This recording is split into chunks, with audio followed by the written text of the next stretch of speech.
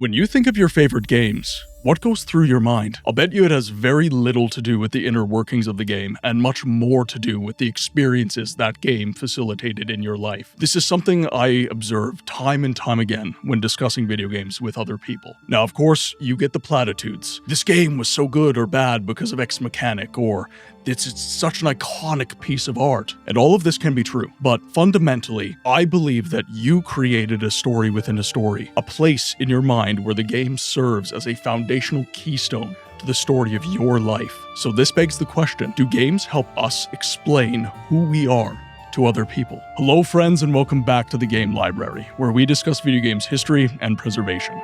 Today, I want to discuss something that I've been getting a lot of comments about lately. The belief that if a game is available, in any capacity, the preservation conversation is over and done with. The idea that the game is available, therefore it is preserved, able to passively sit there with no need for further advocacy or conversations.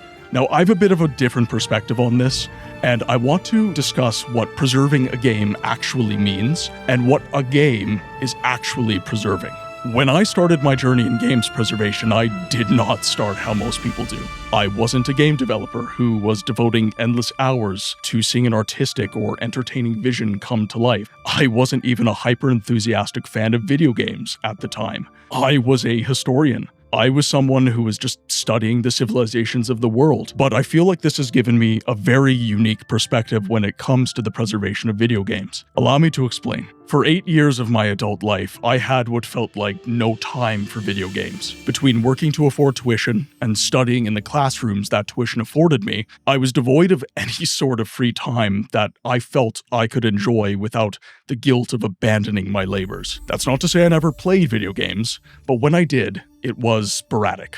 The odd 45-minute session I could fit between shifts at work or lectures at university. When that chapter of my life eventually ended and the haze of my busy mind began to clear, I was expecting relief. The tumult of retail work and schooling was over, but I was left feeling more hollow than ever, and I didn't know what to do with the empty feeling I'd been left with. Perhaps counterintuitively, I looked to my formative years for ways to spend what felt like endless hours of freedom. I started booting up consoles from my childhood that I, thankfully, didn't sell, and began dusting off formative experiences that I had in video games. What I experienced in doing so is not at all what I expected. The passage of time had given me a very different perspective on these games. I found my adult self almost studying the games, as well as myself as I played through them. For the games I had already experienced, I was met with a rush of memories. Nostalgia, almost reverent release as I heard my Xbox boot up and the intro to Fable or Halo played back to me. For the games I picked up but never played, I found myself awestruck, thinking, how amazing is it that a game this old plays and looks this good even today? Dormant passion eventually arose from playing this cornucopia of games, and I took to the internet to find community and information on these now decades-old games. What I encountered wasn't the bustling chat rooms I remembered as a 12-year-old, discussing fan theories and solutions to the struggles I was encountering in the game. Rather, I saw forums upon forums discussing how to keep their beloved games alive. People were desperately seeking information on how to access their beloved games because they couldn't get the disc they owned to work, or they couldn't find a digital release anywhere. You see, as a kid, I was unwittingly playing some very niche games, many of which were now abandonware. I did find myself confused by this, but as a trained scholar, I leaned in and I began searching for answers. What I ultimately found was an issue so puzzling to me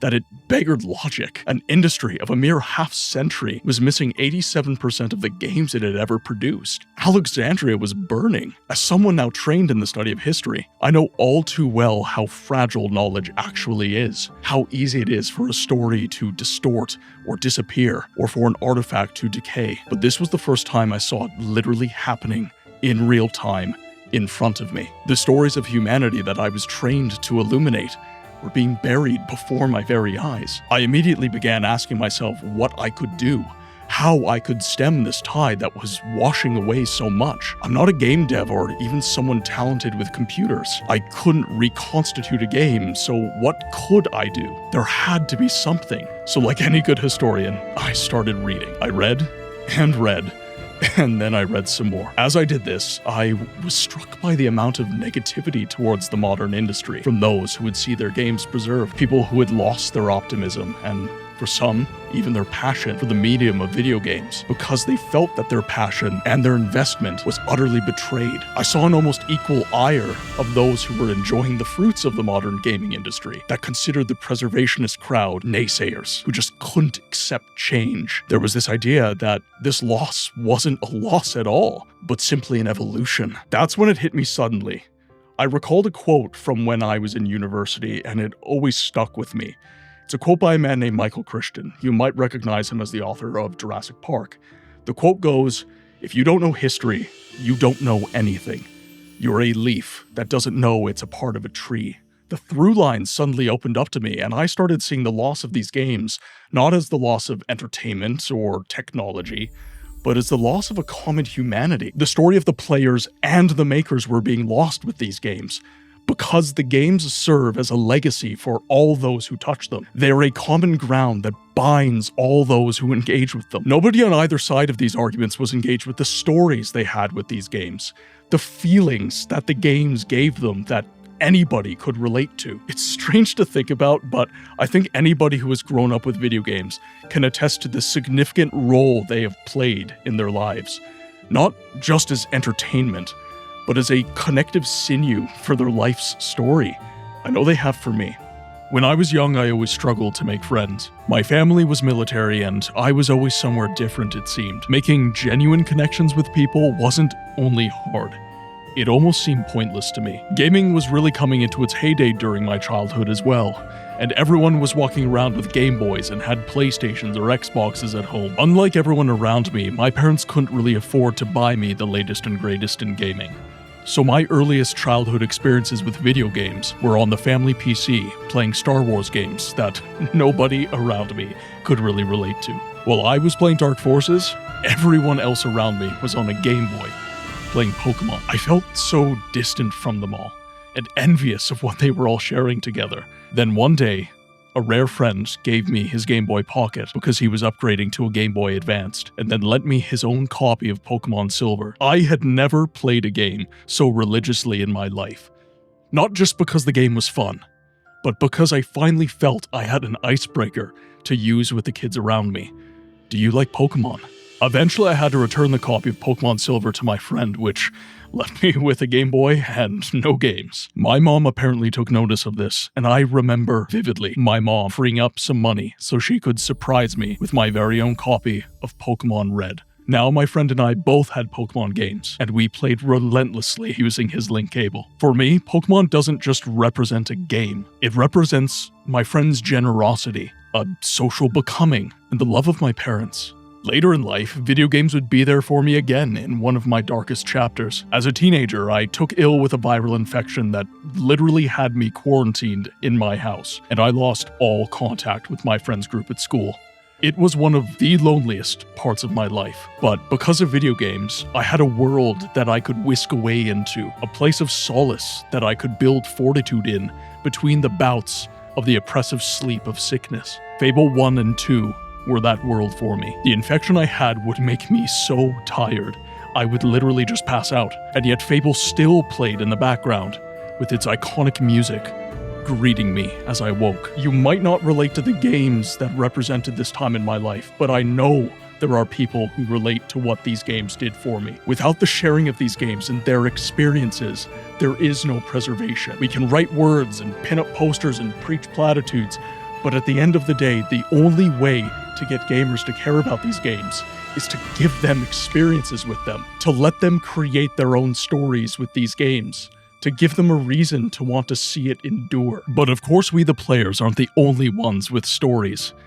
Those who make the games have perhaps the greatest stories of all with these pieces of interactive artisanry, and their stories perhaps stand the highest risk of being lost as pieces of pertinent history for these video games. One story in particular resonated with me a lot because my dad loves movies, and it just so happens, so did Hideo Kojima's. When I played Metal Gear Solid for the first time, it felt as though I was on a knife's edge, playing something that had no way of existing when it did. It was like I was playing an interactive movie. Prior to its release in 1998, Metal Gear Solid was keeping Hideo Kojima up at night as he attempted to sleep in his office. Kojima, a lifelong cinephile, was intent on bringing cinematics to video games in-engine, not just blurring the line between gameplay and cutscene, but eliminating it entirely. But the PlayStation 1 was a limited piece of hardware, with less processing power than some of the most basic machines we run now in 2026. Many said his vision was an impossibility. To see his vision through, Kojima hired lead programmer Kazunobu Uehara to rewrite key parts of the game's code in assembly instead of the standard coding language, C, so that the PlayStation 1 was able to process the game more quickly in order to accomplish Hideo's vision. When I learned the story of Kojima, the game genuinely hit so much harder for me. The absolutely immense care that was put into the creation of this game is something that can only be truly known by playing the game itself. Words in a textbook simply will not do it justice. A remake or a remaster will tell a different story behind the scenes entirely. It'll be a love letter to Kojima and his studio, rather than a front row seat to the tale. And Metal Gear Solid is one of the fortunate ones with widespread adoption on modern platforms. My next story is a culmination of both of these themes, a meeting of the dev perspective as well as that of the player. This story comes from my early days as a streamer, when I played a title that has little widespread knowledge about it, called The Siege of Avalon, and it is one of my favorite CRPGs ever made. While streaming this game, I had someone pop into chat that seemed to have intimate knowledge of the game, more than even the most devoted fans I had met. He asked me to move my character over to the horses in the Outer Bailey map and to put my cursor over them to check their names. The horses were named Flint, Scarlet, and Duke. It was a little Easter egg alluding to G.I. Joe. Finally, I broke and I asked how they knew all this, and they revealed to me that they were on the original dev team that made the game 26 years ago. I was overcome with emotions as I realized all the fun they must have had putting a little Easter egg like that in the game, a piece unique to them that wasn't the story or the graphics or the music, but literally something that represented who they were and what they enjoyed at that time in their lives. A living memory that I would interact with as the player. A memory that would hopefully endure the test of time. This was the moment that made me commit to games preservation, to uphold the stories of the devs and the players alike. This story leaves me feeling a little sad, even as I speak the words,